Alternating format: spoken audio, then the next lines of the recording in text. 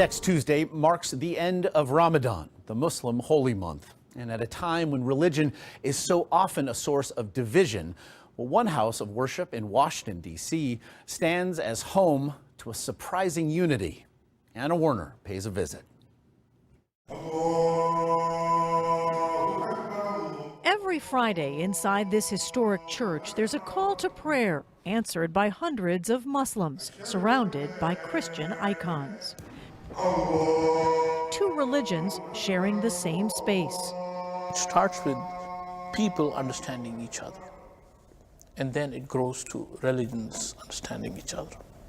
Farouk Syed has been organizing these Friday prayers ever since the Church of Epiphany opened its doors to the Muslim faithful who needed a place to worship 8 years ago. The prayers began with 50 people.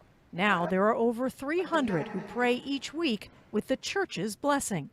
It's our job to be the hands and feet of peace in the world, and how do we do that is by loving one another. I don't know if they ever thought that Muslims would come here and pray and become one of the biggest congregations of Church of Epiphany. So your congregation is much larger than the church's congregation? Yes. This is the biggest congregation that Church of Epiphany has, the Muslim prayers. Not only do they feed my stomach, but they also fed my soul. 50-year-old Saeed Bond is homeless. He converted to Islam in his 20s, but found this prayer service by chance 3 years ago. He's one of dozens of homeless people who are part of this congregation. He now helps prepare the sanctuary for Friday prayers. For Bond, the church has become more than just a place to pray. Look at that. I'm not Christian, but I look at that. That's beautiful. And during the prayers, we heard a sound, church bells. It's amazing, it's amazing to see two things together. Who can imagine, church bells ringing and a Muslim giving a sermon? It's a moment of reflection for people who think that we are different. We are all the same. We are all the same. Muslims and Christians in unity in a church bearing witness to an epiphany. Dead fish are still floating down our waterways. Fox 13 found out the high temperatures are part of the blame. The first reports of dead fish came in over the weekend. Yeah, Fox 13's Jim Spiewak took Drone 13 to see just how bad it really is. The waterfront is usually the place to be, but lately up close, people have been seeing this. It's gonna stink. I don't want to be around anything that stinks. Roslyn Ranjufo lives in Memphis. Her family does not. Oh, I just brought my family here, so I wouldn't want them to be around that. Yeah. It's the first time they're here. First impressions are everything. Exactly. I want them to come back. While we're very happy to spot them here, it's hard to miss the unwanted visitors floating down the Wolf River near Bun Island, making first-timers to Memphis think twice about getting too close to the water. Honestly, now that I know about it, yes, I would not want to. From up here, you wouldn't think the hot temperatures sucked oxygen out of the water, causing more than 5,000 fish to die. But you can see that number will go up with the hundreds of dead fish still floating down the river. Yes, I am. I'm going to try to stay on the other side now. A worker told me off camera cleanup efforts started over the weekend. And with such a pretty skyline, hopefully the shoreline can be cleaned up in time for the holiday. Park is a very popular place for folks to walk around the lake, but some walkers are noticing an unusual smelly scenery. These are pictures of the wetland reserve. Fish are scattered all across the water. Most of them are on the south side of the water, right behind Rose Holman. Vigo County Parks Department says this isn't anything abnormal. It's part of a yearly cycle where fish don't have enough oxygen due to a lack of rain and the hot temperatures. With the warm weather that we've had, that everybody I'm sure has noticed, 90 degrees and sunny every day, and not a lot of rain combines together to kind of not help us out so well on our fish population. Grossman says the population may go down but should not see a shortage. Also, there are no issues with the swimming lake. A big weekend indeed for parks and lakes all around the valley. Phoenix man is in the hospital after being bitten by a mosquito in his own yard. The man contracted the West Nile virus and now he is paralyzed. This is serious stuff. Danielle Miller joins us with his story. You hear about this, but you never think it's that serious.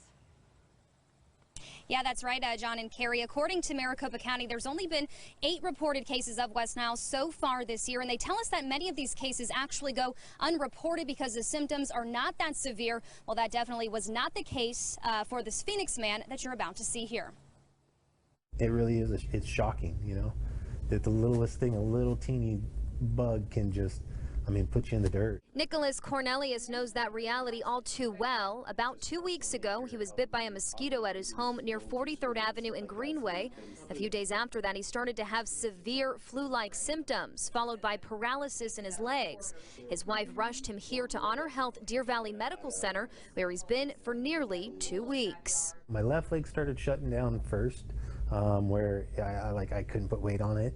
I could barely walk, and then my right leg never really went all the way away, but there's like barely any like muscle in there. After numerous tests, doctors discovered Cornelius was suffering from West Nile virus. According to the CDC, less than 1% of people who get West Nile have severe symptoms like this. Cornelius is still recovering and trying to regain his strength. I walk back and forth to the door, 2 times a day, and it really I'm sweating and everything else like that.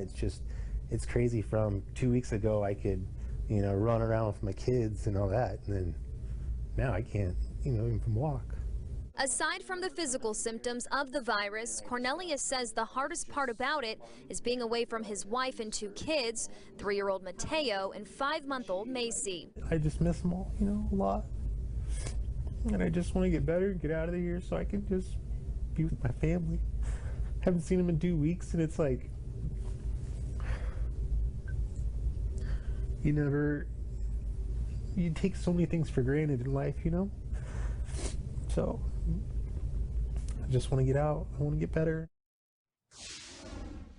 And there is no telling when Nicholas will be getting out of the hospital. And as you can imagine, his medical bills continue to rack up. His family has started a GoFundMe account. You can find a link to that on our website, fox10phoenix.com. Well, 5 weeks now before the start of the Olympics in Rio, police say a mutilated body has washed up on Copacabana Beach, where the beach volleyball competition will be held. This horrific discovery comes as Olympics organizers deal with a raft of problems, including severe pollution in the venues for sailing, rowing, and other water sports. Ben Tracy is there. The brown stuff there, that's all raw sewage? Yes. We flew over Rio with Mario Moschitelli, a biologist who's been documenting the city's vast water pollution problem for the past 20 years. This is just unreal. This water is black. He hoped the Olympics would force Rio to clean it up. We had 7 years, and our authorities didn't do almost anything. This is a toilet.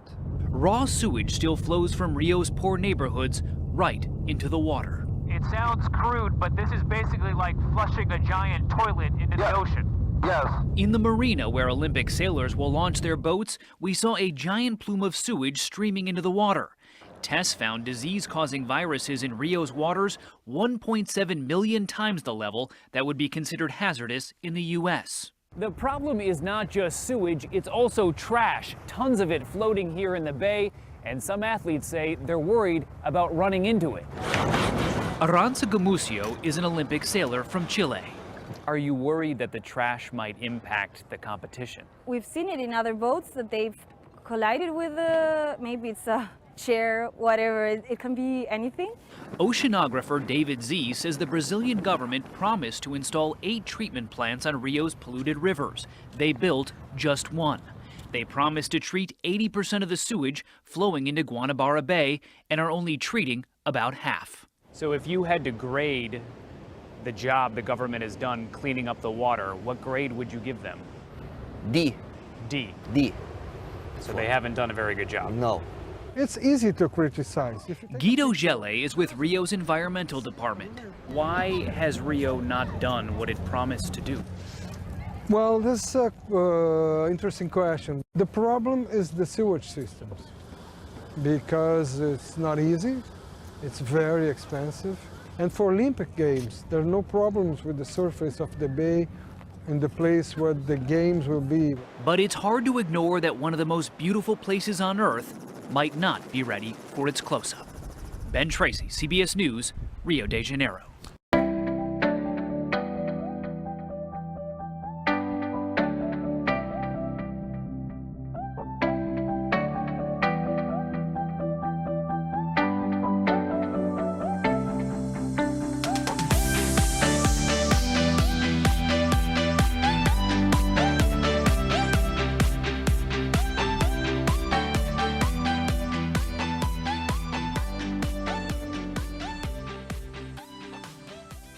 Well, new tonight, crews in Berks County are very busy trying to fix this large sinkhole that opened up today. Chopper 3 flying over the huge hole on Abington Drive in Wyomissing.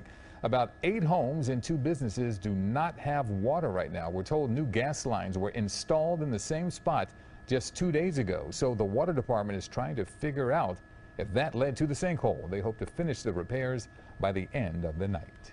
History was made today when the Defense Department lifted one of the last bans on service in the armed forces. Transgender people will now be allowed to serve openly, and they will be eligible for any medically necessary care, including surgery. David Martin is at the Pentagon tonight. Transgender people were the last service members who could be kicked out not for something they had done, but simply because of who they were. Defense Secretary Carter ended that today. Effective immediately, transgender Americans may serve openly, and they can no longer be discharged or otherwise separated from the military just for being transgender. Estimates of the number of transgender people in the military range from a low of 4,000 to a high of 11,000 out of a total force of 2 million. Army Reserve Captain Sage Fox found her career put on hold after she changed genders, even though she says it made her a better officer. Transitioning has allowed me to be better as a leader. I've gotten rid of the distraction of worrying about concealing who I really was. Fox had to rely on private insurance to cover her surgery, but from now on, the military will cover the cost of sex change operations approved by a doctor. Our doctors will treat them and give them medically necessary treatment according to the protocols. Once a service member switches gender, they would also switch to the barracks, bathrooms, and showers used by their new gender. The decision comes after a year's study during which Secretary Carter personally met with transgender service members. They've deployed all over the world, serving on aircraft, submarines, forward operating bases, and right here in the Pentagon. The U.S. military is not a world leader when it comes to treating transgender service members equally. 18 other countries already allow them to serve openly in uniform. Josh? A financial service company, Standard & Poor's, has cut the credit rating of the European Union after the British vote to leave. A rating agency says EU's status as a safe haven for investments is now down to a AA rating, which is a downgrade from the previous AA+ status. The move will increase a borrowing cost for the 28-member bloc. A leave vote has had a detrimental effect on the economy. It's wiped a record $3 trillion off global shares, and the pound fell to its lowest level in 31 years against the dollar. Prime Minister David Cameron also warned yesterday that the UK faces troubled economic times ahead. Today, a military base outside Washington was locked down after someone reported seeing a gunman. This happened at roughly the time a security drill was to begin. For a while, it wasn't clear what was real and what was part of the test. Here's Chris Van Cleve. Confusion and miscommunication over a possible gunman near the Malcolm Grow Medical Center prompted the lockdown of Joint Base Andrews outside the nation's capital for nearly 2 hours, starting around 9 this morning. That's when the base tweeted, "It is currently on lockdown due to a report of an active shooter. All personnel are directed to shelter in place." As officers and dogs cleared the hospital, those inside streamed out of the building with arms raised, prompting extensive live media coverage. Brad Jordan works on Andrews. It was what appeared to be a very real and dire situation. Word of the scare at Andrews, home of Air Force One, surprised Homeland Security Secretary Jay Johnson, who was testifying before Congress. We do have, as reflected on the news, an unfolding situation at Andrews Air Base, which may require that I take a break from this session The base had planned what it described as a no-notice active shooter drill just 2 days after the attack in Turkey. At about the time the exercise began, the report of a gunman was called in from the medical facility on the other side of the base. Finally, a statement posted on Twitter explained there was misidentification of the security force's emergency services team who were conducting a routine inspection of the facility. Secretary of Defense Ash Carter. I thought the response was strong and solid. So that's the good news. The bad news is it appears to have been a mistake, and we'd like to reduce the number of mistakes made in this way, no question about it. Joint Base Andrews, the primary point of departure for the president and other dignitaries. Josh, Vice President Joe Biden delayed his departure for Ohio today because of this scare.